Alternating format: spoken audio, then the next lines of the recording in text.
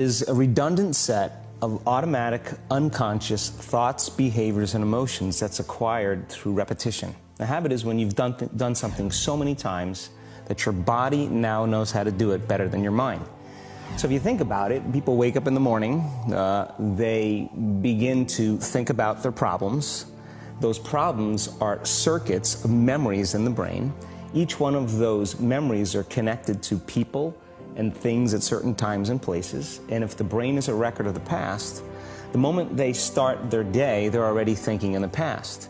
Each one of those memories has an emotion. Emotions are the end product of past experiences. So the moment they recall those memories of their problems, they all of a sudden feel unhappy, they feel sad, they feel pain. Now, how you think and how you feel creates your state of being. So the person's entire state of being when they start their day is in the past. So what does that mean? The familiar past will sooner or later be predictable future. So if you believe that your thoughts have something to do with your destiny, and you can't think greater than how you feel, or feelings have become the means of thinking, by very definition of emotions, you're thinking in the past. And for the most part, you're going to keep creating the same life.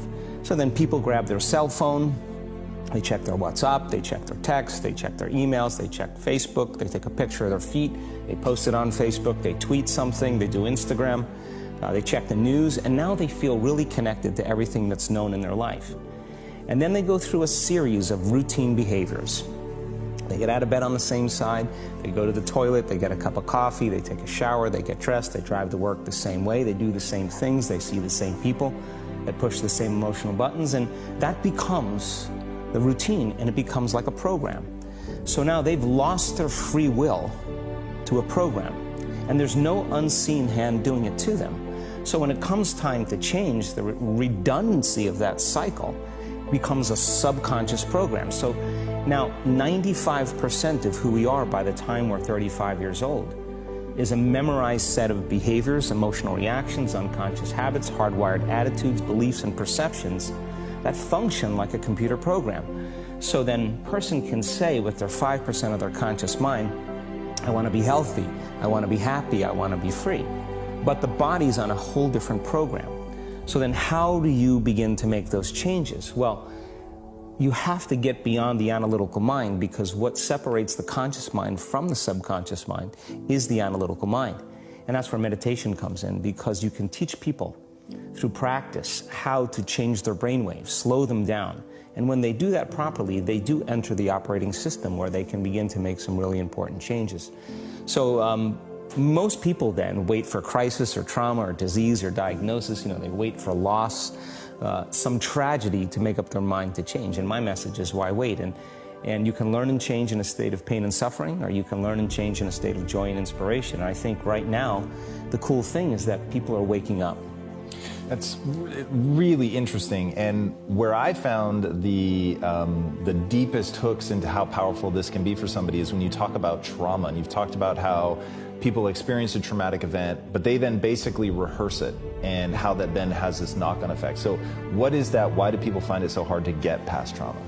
The stronger the emotional reaction you have to some experience in your life, the higher the emotional quotient, the more you pay attention to the cause. And the moment the brain puts all of its attention on the cause, it takes a snapshot, and that's called a memory. So long-term memories are created from very highly emotional experiences. So what happens then is that people think neurologically within the circuitry of that experience, and they feel chemically within the boundaries of those emotions.